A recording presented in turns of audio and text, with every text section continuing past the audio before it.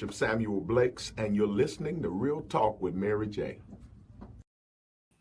Hello, everybody. Happy Memorial Day, guys. Happy Memorial Day all around the world. This is Real Talk with Mary J. I am so glad that you stopped by to share with us today. Listen, Real Talk with Mary J is a social outlet for a positive outcome, and I am elated to share with you all on this Monday, especially to share with my amazing guest that I have coming before you guys in just a moment. Her name is Hope Woods. Let me pull her bio up.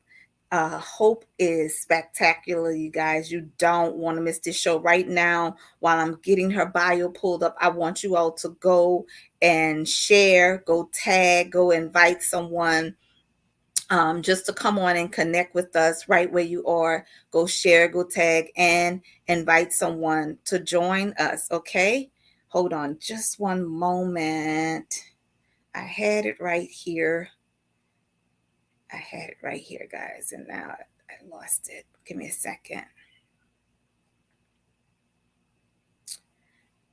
I want you all to invite and tag and share. Invite and tag and share as I get Hope's bio up on here. I want you all to connect with us because this is going to be an amazing show. Let's join in. We're going to talk about autism on today and traumatic experiences. Hope Wood resides in Sacramento, California, and has three wonderful adult descendants, along with three amazing grandchildren. After a very abusive childhood and high school graduation, Hope left home to go to college. Music has always been a comfort, so she chose that as her major.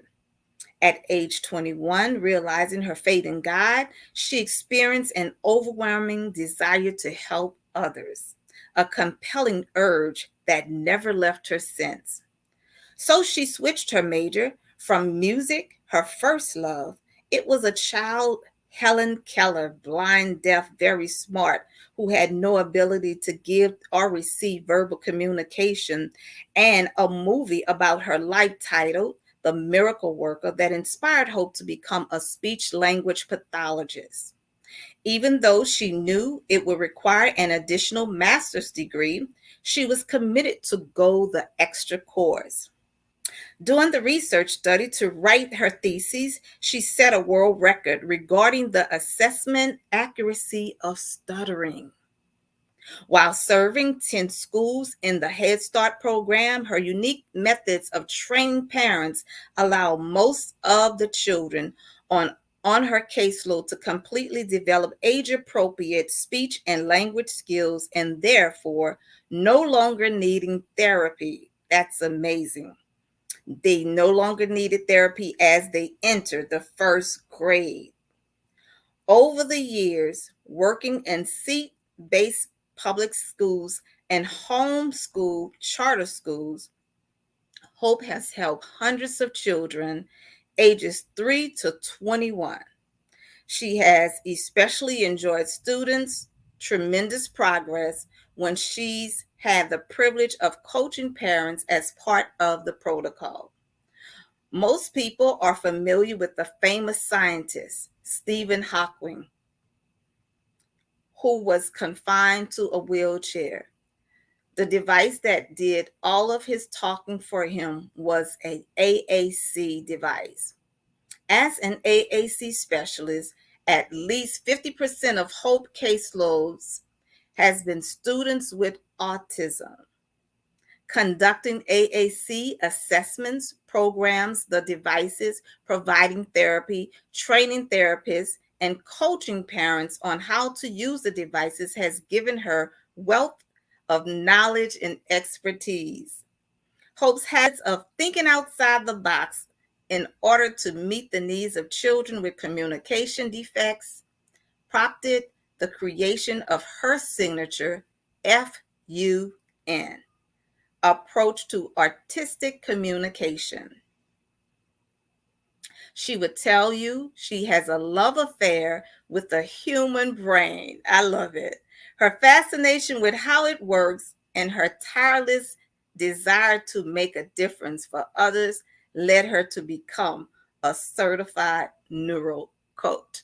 And I tell you guys, she's not only a certified neuro coach, but she is also a public speaker, a three-time author, and listen, Hope is doing some amazing things. I am so excited to welcome on the show today my special guest, Hope Woods. Welcome, Hi. Hope. Thank you Hi. so much. Happy Memorial Day to you. Thanks for having me. Yes, absolutely. I am excited to have you to share with us today, Hope, because listen, we've been talking about Mental Health Awareness Month the entire month of May. We've been dealing with bipolar, depression, anxiety, family matters, childhood trauma, and I am so glad to have you to share with us on this platform to close out this month for mental health awareness, to share with us from the subject of childhood trauma, traumatic experiences, and autism. So before we go on this journey, I know I read your amazing bio, but will you tell our listening audience a little bit more about who you are and what you do? Yeah, thanks for asking me. Well, as you mentioned, music was my first love as far as a hobby and whatever. And at age 21, after a very um, traumatic childhood and then drug abuse on, my own demise and destruction and whatever, I came to realize that I was put on this planet for a purpose. And by the way, my last name, there's a unique story behind that. See, I never knew my biological father. And about a year or two ago, I realized, because of my own healing emotionally and spiritually and all that, um, he's the one adult in my life, in my childhood. I have 50% of my DNA came from him, right? So the one and Right. only, yeah, the one and only adult participated in my existence. I said to myself, I'm going to take on my biological father's last name, which was Wood, and that's the only detail I ever knew about him, was his last name. Wow. Wow. Really? So it's a representative, of a full circle and a healing, uh, from the damage as a child. Yeah, absolutely. Absolutely, Hope. So listen, I am sharing right now um, on Facebook from my Real Talk page going over to my personal profile page, because I know that you have a wealth of information to share. Your journey, your experience has been just so powerful. I want you to walk our audience through your journey to let them know how you got to where you are today, what led you to deal with neural uh, psychomatic syndromes of just dealing with traumatic experiences, writing a book, dealing with children with autism, teaching them how to communicate. You work with along with nonverbal children. What led you on this journey to have you to be where you are today? Well, I'll put my life story kind of in a nutshell for you. um, I was born a preemie. I spent the first good while, I think it was 2 or 3 weeks or so, a month. I don't remember the detail, but I was in an incubator, isolated. And I say all these things, uh, because all the experiences in your life, it affects your brain. It affects the way you think and so Right. forth. At the age of 4, I was molested by an uncle, and that's a long story. It's all in my book. But and then later in life, at 15, I was in a near fatal car accident. I had to have several reconstructive surgeries on my face. And then, later at 21, that's when I came to know I was very bitter. I was angry because of being raised in all that abuse. Mm-hmm. And the trauma in my life. I was just angry at the world and bitter.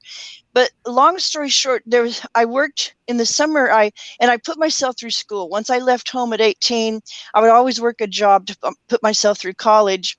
And this one summer, I was I was working at a place for young kids and teenagers, and they were developmentally disabled and so forth.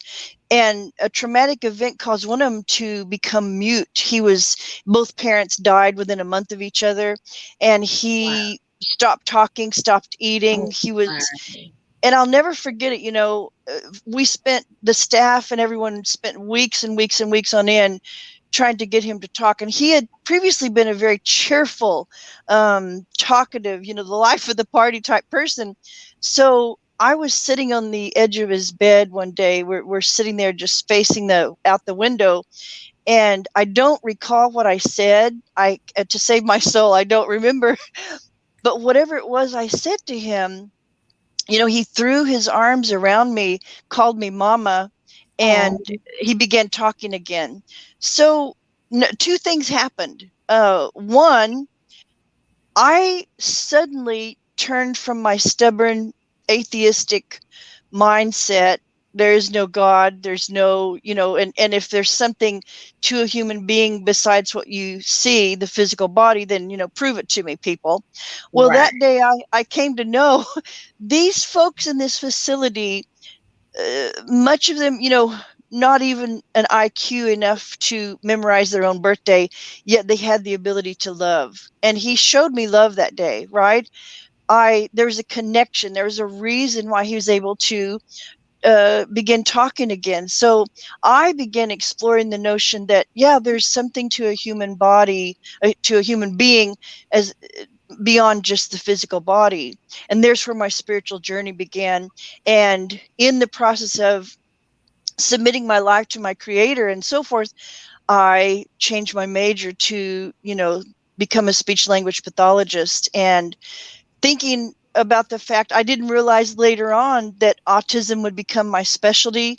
Kids who are nonverbal, their brains are not imbalanced, they're not working to where they can learn communication or to talk. And so just like the young man, that day on the edge of the bed, just sitting there trying to chat with him and help him to trust the world again, I can't stand the idea of a child being caged in their own mind Wow. and not be able to communicate. So there's where I land in the middle of my calling this many years later, and I love what I do. I love it.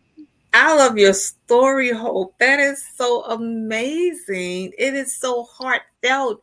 As you were sharing your story, of course, you were painting the picture. I'm a big storyteller, so I love telling stories as well. And I can just imagine, I actually visualized it and saw it. And you had a child that had been the life of the party, always talking, coming up to people, perhaps even smiling. And then he lost both his parents and he just stopped speaking, stopped communicating completely. And Mhm.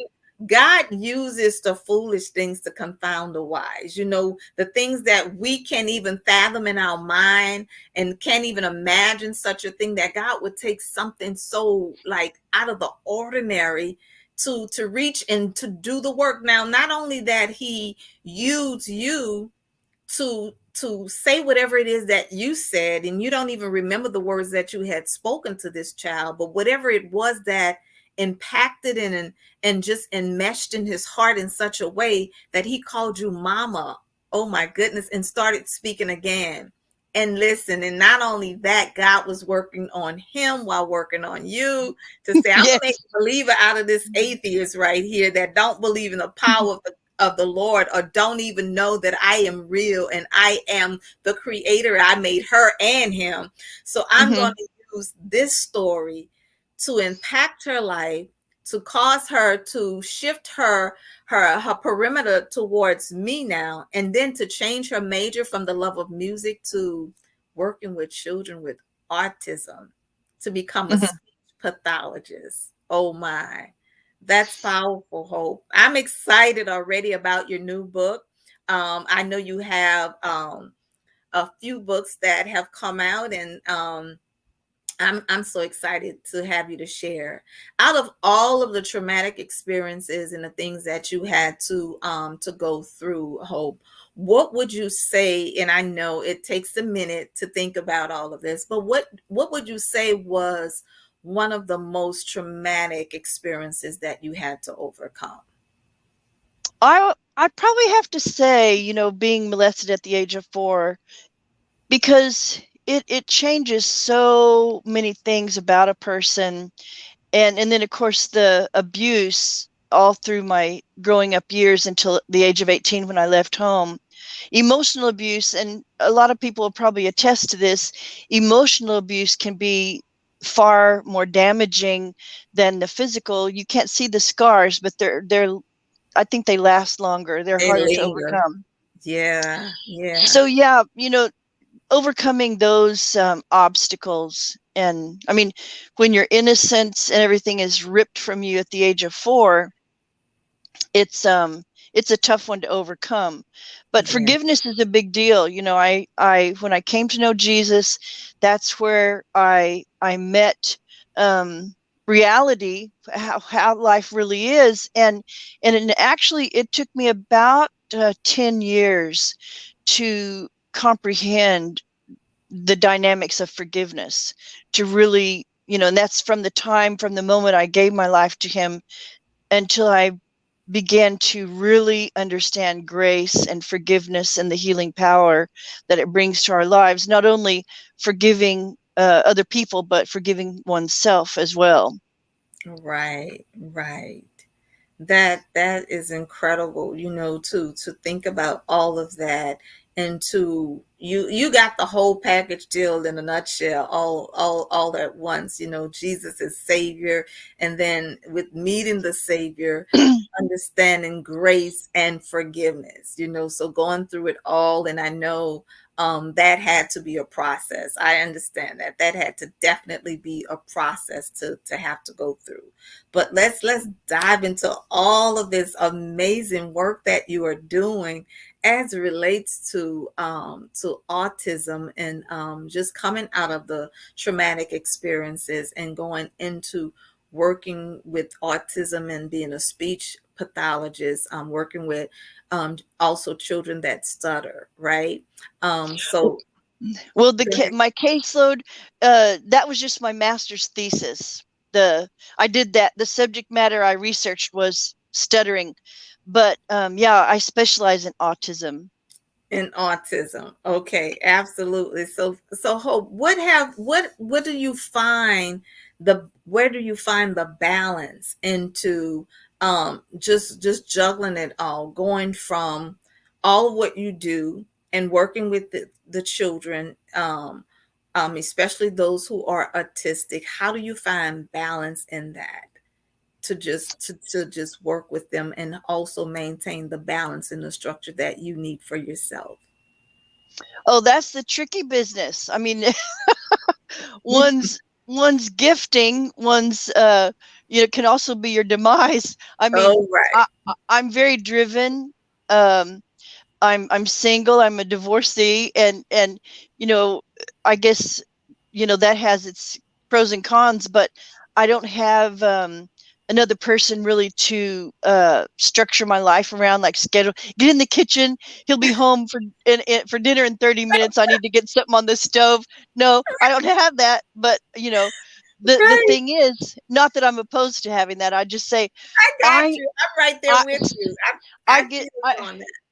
I get so excited about life that sometimes I told a friend, I slept 4 hours the last 2 3 nights. Now, am I suggesting that's healthy? No, that's not a healthy long term. But I just get so excited to do and be about my calling that I wake up and I'm too excited to go back to sleep, like a little child with Christmas. But I love working with the moms. We have a Saturday morning Zoom that, a lot of coaching and Q&A time for them. But Mhm. basically, these are moms that are really hurting. Um, to have your child hitting you, biting, pulling your hair out, and literally not able to communicate, the frustration is through the roof. Mhm. And I didn't even know when I began, like it was about 2010 is when I became AAC certified as a specialist with those devices. And it wasn't until 2020 that I went through my coursework to become certified as a neuro coach. So little did I know, not just the kids who cannot talk, but I would be loving on their moms and ministering to them. When I can coach a mother how to work with her child because she's with them 24/7, Yeah. the whole process is going to be far more productive than seeing a specialist like myself, an hour, 30 minutes, whatever, once a week.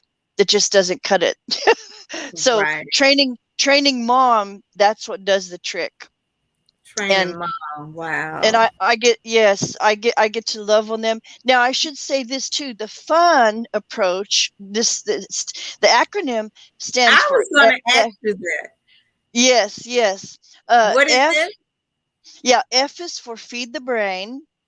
The brain food, really high powered nutritional, what the brain is craving.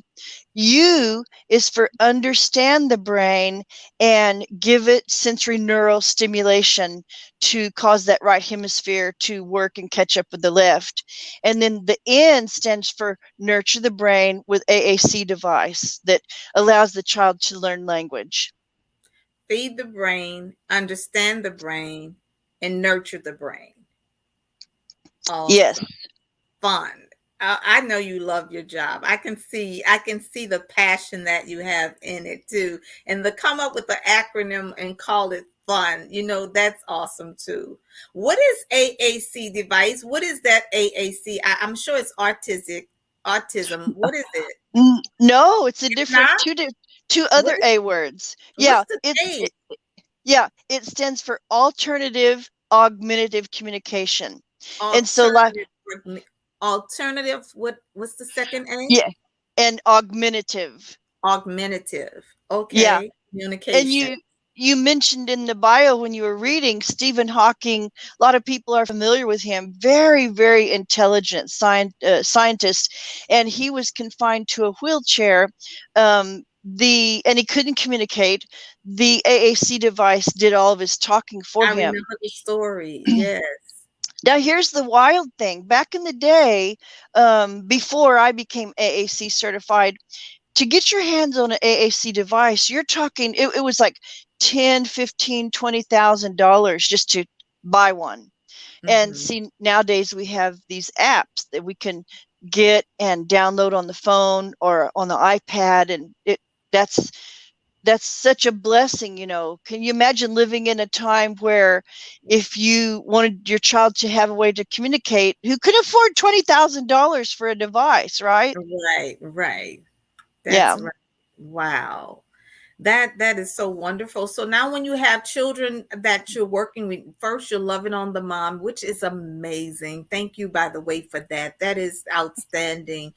To have mothers to understand and to have the patience to know how to effectively communicate with their children and to walk them through and love them through the process of it all. And now you have children with autism, and I heard you say some that are biting and pulling and not being able to verbalize what it is that they're trying to express to their mom or whatever it is that they're asking for or needing. So there's Hmm. different levels of autism, and you work with all of them, all levels of autism. Yes, I mean, but I really specialize in helping nonverbal. A lot of kids with autism, a lot of people with autism, they're very, very, very smart. They're just like a neurotypical child. The range and the all the various factors, it's endless. So in terms of intellect, in terms of cognitive ability, in terms of ability to communicate, all of that is a wide variety, just like a neurotypical child. So when you talk about Asperger's, they're amazing people. It's a whole different Right. scenario. But my heart and where the tremendous need arises is moms of kids that are nonverbal, or they might have a handful of words and they can say three things. Or there's one There's one mom, her son is 41 years old. All of his life, you could count on one hand how many words he could say verbally. Mm-hmm. Now on my program, and that she heard him, or actually the person that works with him heard him say his own name for the first time ever. She said he's starting to put little 2-word phrases together. So Yeah. for some, the results come very quickly. For others, it takes a while. The younger the child is, of course, the better, because the brain is more malleable. The neuroplasticity is there to work with, more accessible and whatever. So another mom, just for an example, for instance, the very first smoothie that she gave her child, then sent him off to, it's I'm trying to think. Well, anyway, the lady was texting mom, calling her about midday. What did you do? Did you put him on meds? What in the world? Oh my gosh, this is a different child, Really? because his ability to make eye contact, and she said he's participating in the activities I'm teaching like I've never seen. What did you do? And so, like I said, for some, the results and the differences, you see them really right away. For others, it takes a few months, it takes a few years, or whatever, but it's all worth it. It's all worth it. That is remarkable. Now you're talking about the smoothies. You're talking about the nutritional product that you give to Hmm. your children. Wow, that is so there's we always hear that food is medicine and medicine is food. So Hmm. that is proven that there is a scientific fact in what the brain needs to eat, the type of food that we need to be feeding our little ones, the type of Hmm. food that they need to eat. So, how do you get them to take it though? Because what if you have a child that is very fickle? Like my grandbaby, he's very fickle. My son, he's 26 now, but I remember when he was a little boy, he didn't eat anything green. He didn't want to eat any vegetables, and he's still like that. He doesn't eat any green anything. So, how do you get little children to take this is it a powder type Well, you mixture? can, yeah, it comes in two forms. Either they're gummies, like a gummy bear, and then there's the capsules. And what I encourage moms to do, we go with what the child is more apt to tolerate, because with kids with autism, they're picky eaters, most of them. And so some of them like gummies, they're already familiar, and that's cool. But you break open the capsule and put it into a smoothie or put it in yogurt, and you just start out with a small amount. They're fruit capsules, and the veggies, fruits and veggies, the berries. So you don't start with the veggies, because they're not as tasty naturally as but these are freeze dried, they're organic, freeze dried, and in powder form, and then put into capsules. So I tell the moms, you just start out very small. If you put like a half of a capsule into the smoothie the first day or whatever, not noticeable, but the nutrition is so powerful. Once you get it into the body, it actually can help the child change their taste buds, their preferences. They start, being more open to fruits and veggies and other foods. Okay, wow. And I'm just really being way outlandish. I gotta throw this out there because this is what I was thinking.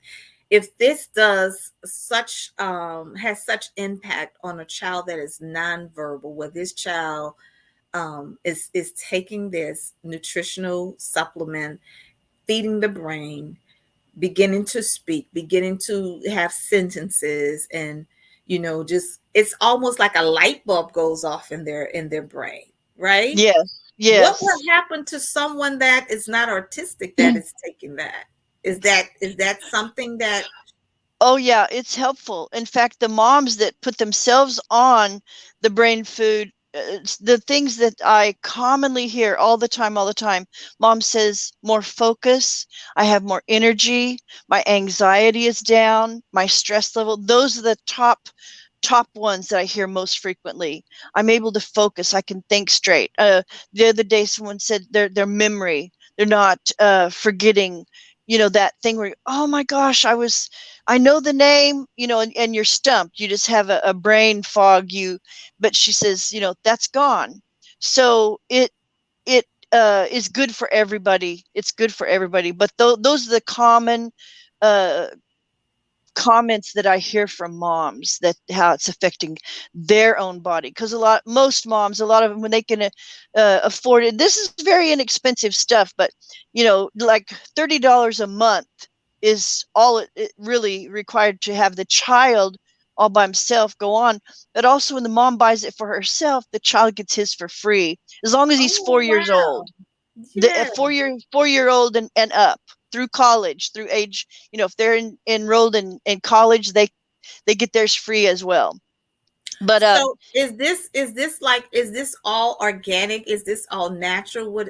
Okay. all organic, freeze dried fruits and veggies. That's it. Okay. Because this sounds like something I think that would be really good for adults that may have early dementia as well. Exactly. In fact, Wow. I'm glad you mentioned that, because nowadays, in more recent years, the neuroscientists were realizing that there is a lot of correlation between dementia, Alzheimer's, and those to autism. There's some similarities as far as what's going on in the brain. Yeah. Yes, yes. So I know this may not be your area, but I love just conversing with people. you know, I love picking the brain as well, but you do it on a whole nother level. But it just sounds like what happens if you have a child that perhaps was born and there was no signs of autism, because I think it's detective. Is it detective around 2 years old or maybe older? Yeah, it varies. It varies a lot. The Oh, diagnosis comes, at various ages. Yeah. okay.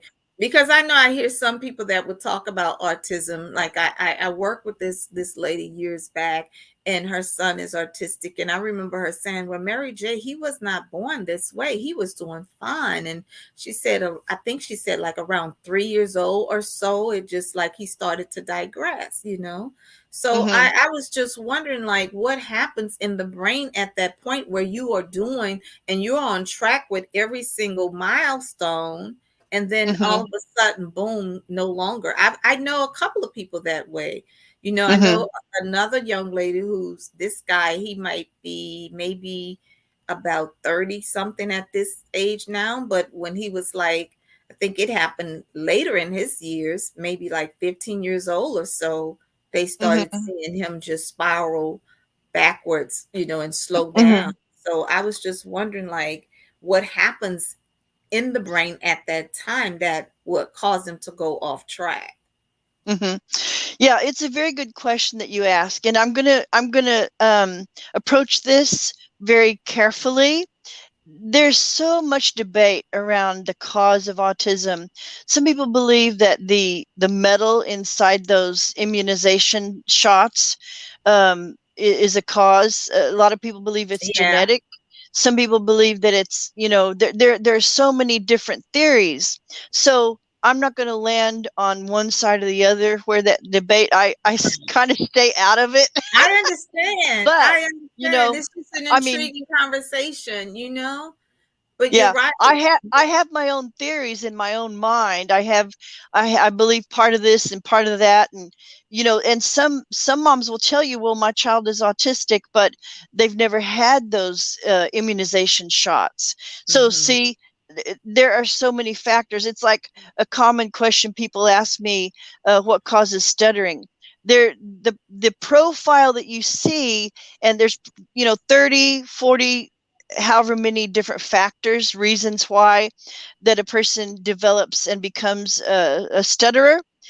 It's amazing. So for every person, it's going to look different. It'll be a combination. For one, it would be rapid speech rate and genetic factors, because uncle was a stutterer as a child, dad was, and so you see these commonalities. But same thing with autism.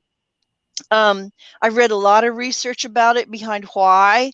And then, like I said, I've just kind of chosen to stay out of that debate and try to focus hard on the solutions. That's right. I was going to say fixing the problem, because but I'm going to buy your books, of course, but I'm going to pick your brain too later after the show off camera about your reasons and what you think they are. Because I think I am more of a person that, of course, I love working on the solution, just as yourself, getting to the solution, not worrying about what causes it, but let's fix it. That's foremost important. Mm-hmm. But I Mm-hmm. also like to understand it in a way, like, if you can understand what is going on behind it, like what, in other words, instead of my iron being low in my body and I take an iron tablet, I want to eat the beets, right? But before I Mm-hmm. eat the beets, I want to know what is causing my iron to be low, because if I can fix what's the cause of it, then I won't have to Exactly. deal with all of the other. You get what I'm saying? Yeah. So yeah, Mm-hmm. that's where I am with that. But this is just so Mm-hmm. intriguing. It's so fascinating to me. And I can go on about that subject matter, for hours and hours at a time, when I lock in the harness into something that I think that is so stimulating. So you're talking about the neuroscience of the brain, Mm-hmm. to deal with that portion, that side of it, to be a neural coach, to understand how the brain is functioning. Mm-hmm. That Mm-hmm. that is wonderful, Hope. That is wonderful. So we're going to give the information, of course, to let our listening audience know, because I'm sure there's a lot of people, especially when we replay this over and over again throughout the course of the week, a lot of people who would tap into this would want to find out where they can find these supplements, to go to your website to get the information, and also to sign up and join. You have a Facebook page as well, that is a lot of benefits that will help them along the way, to just Mm-hmm. to connect there, as well as to receive your services as well. Okay, so but we're talking about mental health with Hope Woods on today. For all of our listening audience that are watching on today, we're dealing with trauma as well as autism. Trauma as well as autism. We know that Hope has a lot of value, that she has a lot to offer as it relates to all of what we're talking about on today. Thank you, Hope, for coming on and sharing this information with us as well. So, as it relates to going through and understanding um, the children, and to be able to help them and to love, I love the fact that you work with moms as well, Hope, to help moms along the way, because that can be quite scary, first of all, for a mom that doesn't understand why her child is behaving in a certain way, or not, why he's not responding. I've Mm-hmm. read articles on mothers who children hadn't responded by age 3, and then all of a sudden their child starts talking. But that can be, first of all, very scary, and then it can be really, as you said, to some parents who are frustrating because they don't know what's going on. They're wondering Mm-hmm. why they're ignoring them, or why they're not answering them, right? I'm sure Mm-hmm. you had those stories as well. Mm-hmm. Yes, some moms are at their wits' end. They don't have a clue. They don't have help. And, I talk about the myths and the facts, and some doctors will say the craziest things to these moms. If your child's not talking by such and such age, they never will. Or, the getting into the cause of autism. And a lot of moms, believe it or not, I was surprised when I began down the road in this field of work, how many moms feel guilty that I must have done something. I must have Mm, eaten yes. something when I was pregnant. I must have, it's crazy how much emotion and pain and even guilt that they carry around with them. So, I really didn't have a clue, because all my career I've worked with the children. I didn't have a clue that really my focus is going to be the moms. Yeah. And on our Saturday Zooms, we laugh together, we cry together, we hold the hand of a woman who is struggling like crazy. And then we're in Messenger during the week. I have a team of women that work alongside me, and they're one mom starts down the path and begins with the AAC device and the brain food and so forth, and then she takes the next one by the hand, a newbie that Saturday was her first visit, and she's finding out this whole new world that is opening up to her. And so one of those moms that I've trained and so forth, she'll take her by the hand and lead her. It's just a beautiful thing. One thing I want to mention too is you said something a bit ago that reminded me to say this. A lot of people think the AAC device is just only for the child to express their wants and needs and their thoughts and whatever, but it's also when the parent communicates to the child with the device, just like language, the way we all learn language, right? Then that's how the child acquires language and learns it faster. Kids with autism tend to be very, very visual. They take to technology like crazy. They love it, but most of them, they're visual learners because the auditory processing this in their mind, that's one of the elements that is really, struggling. It's a struggle for them. When you see meltdowns, a lot of times it's either lights or sound, too much noise. They get overwhelmed with all that. So I just wanted to mention that the AAC device, it's for communication both directions. The mom using it to communicate to her child, and then the child learning, just like I said, just the way we learned language as we were growing up. And moms will point to something, she'll name it 7 times, or the apple, the baby, the dog, how the child learns the difference between a dog and a horse, and the meaning that is attached to all those items is because mom repeats it, again and again and again. Same with the device. Yeah, so it's repetition over and over again. That's part And of it, yes. right. And we see things in picture form, right? Everything that Hmm. we see and hear, it's picture form first. If we say house, we see house. We don't see the word house spelled out. When we say dog, we actually see a picture of a dog. And so they're Hmm. they're relating that communication in their brain to the object that's in front of them that they're seeing. Oh my, that's Hmm. pretty amazing. Yeah, Hmm. that's pretty Yeah. amazing. And so when we have these children to lock into, like as you said, very very smart, very visual, um, engaged in communicating through electronics. Basically, that's amazing to me that it that they I hear this all the time with other things as well, that when you are lacking in one area, your senses just become so defined in other areas. Like somebody that may be that may be blind, their sense of hearing is just like on 100 plus, right? More than one that Yes. can hear clearly. That's just so fascinating to me, as they work through this. Yeah, because the brain compensates. Like you said, a blind person. I remember in college, I worked for this, it was a brother and a sister. They were, I think, in their 50s. They were both blind. It was a genetic thing in their family. And I worked for them. They did recordings of sermons, recordings of radio programs, and various things. And my job was to help them. I was their eyes. On the equipment, the sound equipment and so forth. And I would take her shopping, and I'll never forget the time I passed there, the first time taking her shopping.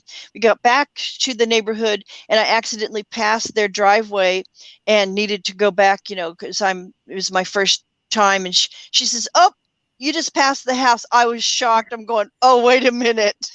The learning process, how you're right. I realized their sense of hearing is very keen. It's like on steroids. And that Right. was, yeah, yeah. same Yes. thing with same thing with these kids. I mean, a lot of times a child with autism is listening very closely, but you don't think they are because they're all over the map. Their eyes are everywhere. They don't typically they don't make good eye contact. And whatever we say, bear in mind, it's not a hard and fast, everybody's different, but it's a high percentage where the eye contact isn't there, and they'll be, looking all around, doing this and that and fidgeting, and but they're listening. They're listening to every single detail. Wow. And they're absorbing it all. Mm-hmm. Mm-hmm. Yeah. That is amazing, Hope. So listen, we want you to tell the people, I have all of your wonderful one, and as I said, I definitely am going to get copies of your book. I'm going to purchase your book as well. But will you let the people know? I'm trying to pull it up for just a moment. Oh, and Um, let me mention too. Sorry to interrupt you. I wanted to, oh, while you're finding something, I want to say too that one book I published last month. It was in April. That's the Hope and Healing After Abuse, and the subtitle, for survivors. There it is. Yeah, for survivors of sexual, physical, emotional trauma and near-death events. And wow. so my next book, it'll be out in probably a week or two. That's the one, laughing matters, and that's how the brain and the whole body, in fact, is affected by laughter. Fun facts about laughter's effect on the brain. Now, the third book, that one is Autism: How to Help My Nonverbal Child I Talk. love this book So, cover. This is my favorite one. I of love the it. Absolutely love it. of the book covers. Now that book won't be out for a minute. I shouldn't say a minute. That one is not ready to be released just yet. But like I said, the one about the Laughing Matters, it'll be out in a week or two. The And lesson matters. Just I don't want you to give it all the way, but just tell us a little bit about that because I know the Bible says that laughter is like medicine, right? It's just like medicine. Laughter is good. And I love laughing. I love having a good time. I love wrestling and tickling my grandbaby and having him just to be cracking up laughing. So what does it do to the brain? Does it enhance it? Does it purifies you that you're just so joyous? Does it diminish depression? I want to know. Inquiring minds yeah, want to know. Mary J wants to know. yeah, I will tell you. I will answer that. It's a beautiful question. And by the way, I have to brag because this is the one and only book cover that I designed myself. it's I it's love this one plain too. it's You did a plain and great simple. job. You Yeah, did a great plain and job. Thank you. Plain and simple. Purple is my favorite color. Okay, Mine too. Can you tell? I know, and you're all about the pink too. Purple is big girls pink. So Yeah.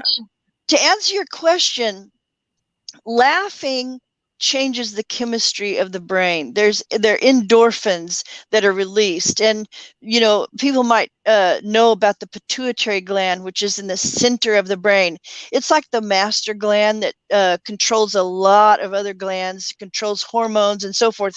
But when you release endorphins into the brain, it affects mood. There was one guy, his last name I think is Cousins, if I remember this correctly. His last name was Cousins, and he had cancer or something, arthritis. I forget the detail of what it was, but he decided, just on his own steam, took himself off the meds and gave himself a big dose of laughter every single day, every single day. I forget if it was 10 minutes straight laughing or what, but he cured himself. Just forget the meds. I'm going to cure myself with laughter.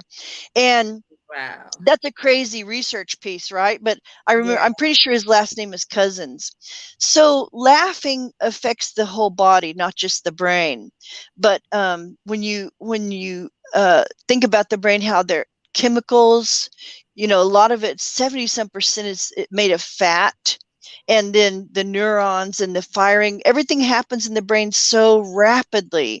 And that's where you see with autism, when the right side, the right hemisphere is behind schedule in developing, compared to the left, then the two hemispheres of the brain are not communicating. They're not in sync. And again, because everything happens so rapidly in the brain. And so, yeah, with laughter, it is medicine. Is, you know, it's, I'm not going to say go try to cure yourself. I'm not, don't don't quote me and say that's what Hope said to do. No, no, no, no. But No, I'm but just saying it's it. wonderful, to laugh. And I'm gonna tell you, I'm gonna be very transparent here. And it's amazing because during the course of my marriage, I'm divorced now, right? I was married for almost 19 years. My children would do things, and they would like watch shows like SpongeBob, and they would say, "Mom, you want to come watch SpongeBob with me?" And I would be working. I was always busy working, right? Just work, work, Mm-hmm, work, work, work on the brain. That was my addiction. I never really took time out for really fun stuff, to really just let my hair down and just relax, right? Always mm-hmm, working on something. So I remember they used to watch SpongeBob when they were little. My youngest is 20 now, and she'll be 21 this year. And I remember saying, no, I don't want to watch that. And I'm thinking, that is so silly. That's so stupid. Why would they make this kind of show for children? It just doesn't make sense. I was such a serious person. And I believe that mm-hmm, even growing up, because of my experience coming out of brokenness and being married at age 16 years old due to pregnancy and all, and I just went through a lot of domestic abuse and so on and so forth. And I didn't even realize this, Hope. It never even dawned on me that even going through that, I was always one that was a very people person, but I wasn't one that laughed a whole lot. And I never recognized that. It wasn't until I think after my divorce, I remember my son, who's an adult. I remember I was just laughing so hard at something, just laughing about it. And he looked at me and he said, "Mom," he said, "I've never really seen you laugh like that before." And I was like, "Really? I'm always," and they was like, "No, no, you never used to laugh. You never will be wow. laughing and stuff, So you're so right about, the mood. Of course, we know this, that when you laugh and it's a joyous mood, but to understand the fact and to be conscious of the fact that when you're not laughing or you don't laugh, for very, like, I never cried. My mom told my daughter that she had never seen me cry before as a child either. So Mm-hmm, when you have that and those emotions, that you are not expressing it, you're not releasing all of this, that can bring so much more to your life. So now I find mm-hmm, myself just laughing and just having a good time. I'm not as serious as I used to be. I've gotten to be I let things go. I'm really more at ease, I want to say. I'm meticulous for things, but there used to be a time when I would be so annoyed if something didn't go right, or mm-hmm, I had a typo on something, or I'm not ready yet and it's showtime, and I see something that I could have corrected or gotten better. I used to be so mm-hmm. like, "Oh my God, I can't believe I did this." But now I'm like, it's okay. Always next Yeah. time, try again, get it right the next time. And if you don't, it's okay.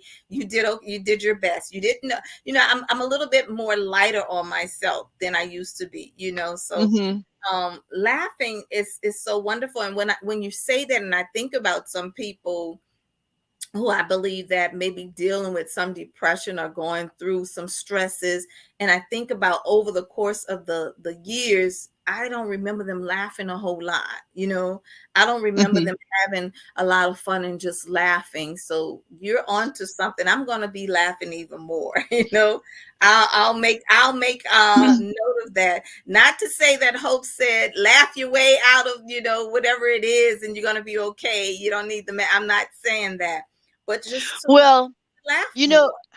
yes, and one thing I want to mention too, if you Google the words laughter yoga, there's a movement, and there are laughter yoga places all over the country, and people get together. It's not a joke. You don't have to have something. You laugh for no reason. It's just a physical, workout. Right. I one of And the, one of the exercise. chapters, yeah, one of the chapters in my book is the anatomy of a joke. And I go into why you can laugh for no good reason, right? But in Right. these laughter yoga, it was a guy in India that started the whole movement. And in fact, the guy who led me to the Lord, he has been a laughter yoga leader for many, many, many years. And so, yeah, if you Google laughter yoga, you can that lots to learn from those people. And they'll get together for half an hour or what have you and have these sessions. They're virtual. They have virtual ones nowadays, but laughing for no reason at all, just Yeah, laughing. I It's love a it. workout. Yeah. I love it. Yeah, that's awesome. I'm going to do that exercise myself every day. I laugh all the time now, but I'm saying just as I do my morning meditation, my visualization, just as I wake up and I pray, I'm going to make a point to just laugh for no reason at all. None, Mhm. and yeah, Mhm. that sounds so good. That sounds so good. Well, Yeah. let the people know where they can get all of this great information. Will you just share with them? Of course, we have these amazing books, and I can't wait to get my hands Hope and Healing After Abuse. I love it. I love it. And I love it too when you have the play on with your name throughout the meaning of all of this, hope and healing. Yes, Mhm. that's wonderful. And then we have Laughing Matters. Laughing Matters. The fun facts about what is it? Let me put my glasses on. How laughter affects the brain. Wow. Yeah, that is awesome. And then this one, Autism, how to help my nonverbal Nonverbal child child talk. talk. Now, the Wonderful. picture of the mom there and their son hugging, that is an image just straight off the homepage of my website. And my website is hopewoodhelps.com. And also, a lot of teachers even love my website. If you go to, there's one page, ebooks for kids and moms, especially homeschooling moms, or if you just read stories to your kids. On that page, there are hundreds and hundreds of ebooks, and I have comprehension questions, vocabulary lists, and a little summary of every single ebook on there. So there's that page. And then just the website is it's a good resource, but the main thing is autism and helping moms with their nonverbal kids. And then of course my page on Facebook is Autism Plus Communication. If you just search that on Facebook, you'll find me. And then my email address, anyone who wants to email, it's the same as my website, hopewoodhelps at gmail.com, and the website hopewoodhelps.com. So yeah, it's a journey. I love what I do. When I was going through the coursework to become a neuro coach, they had told me no speech language pathologist had ever taken this courses. And I don't know if there's any other SLP on the planet that has also become a neuro coach, but I'm excited about the hats that I wear, and more importantly, the needs that I can meet. I'm also excited about it, Hope. I'm totally excited about this journey that God has taken you on, as it relates to just where you were and birthing all of this. God is I just love him so much. He is just truly, truly amazing to me, with how he would take all of the mess of our past and the pain of our past and birth something like you helping these children with autism, and not only just helping these kids but helping their moms as well along the journey. And then just teaching children how to communicate, how to use verbalization and to be proactive around their social setting. I think it's wonderful. Your entire story is wonderful as it relates to you coming up and reigniting with your name, having your last name, because that is so true. That's a part of who we are when we go back to understand where we came from, how we got here, and to know that's all a part of who we are. And to know that you said you don't have the relationship with your biological father, but you wanted to have the name. Wow. Mm-hmm. Yeah, Yeah. you're doing Thank some wonderful things. Oh, thank you. And thanks for having me. It's been a fun conversation. Oh, I'm so glad that you were able to come on. I really enjoy the conversation too. And I know we're going to stay connected, and you'll be hearing a lot more from me as well, because I'm going to follow up with you with some of the things that you're doing. And definitely I'm going to join your group there on Facebook too, because I love where there's a lot of information to share that is impacting the people. And that was one of the things that you related in your bio, is to help others. And Real Talk with Mary J is all about impacting the people, helping others, and empowering them along the way. So thank you, Hope, for being on and coming on to share on this Memorial Day. I'm going to laugh on purpose today, Hope. I definitely Okay. am. I'm going to laugh on purpose for no reason at all. My kids going to be like, why did she just bust out laughing like that? For no Yeah. reason. I'm going to do that. Yeah, They might think, absolutely. Mom, are you needing some meds or what? Yeah, Yeah. maybe they probably would think that, what's going on with her. But I'm Right. telling you, there's nothing like when you come to yourself, when you come to yourself and you realize that life is too short. It is too short to be having this weight of the world on your shoulders. There's so much that we can be Hmm. doing, so much that we can be giving to people and doing to help Hmm. others along the way. So definitely. I took life a little bit too serious back then. I think because I started off so young as having to be a wife and a mother. So that was serious business. I didn't play when it came to my children, right? Right. But Right. now they're grown, right? They're all grown. They're grown up. They're adults now, so I can have a lot more fun, right? A lot more fun, and Yes. just laugh just because. So, Hope, thank you so much for coming on. I just have one question for you, and that is, did you have a happy Merry Monday today? I did, and I do. It's the beginning of the day. Yeah. Absolutely, absolutely. Thank you Thank so you, much. thank you so much for coming on, Hope. Well, thanks for having me, and God bless you. Have a good day, rest of your God day. bless you. Happy Merry Monday, everybody, and happy Memorial Day.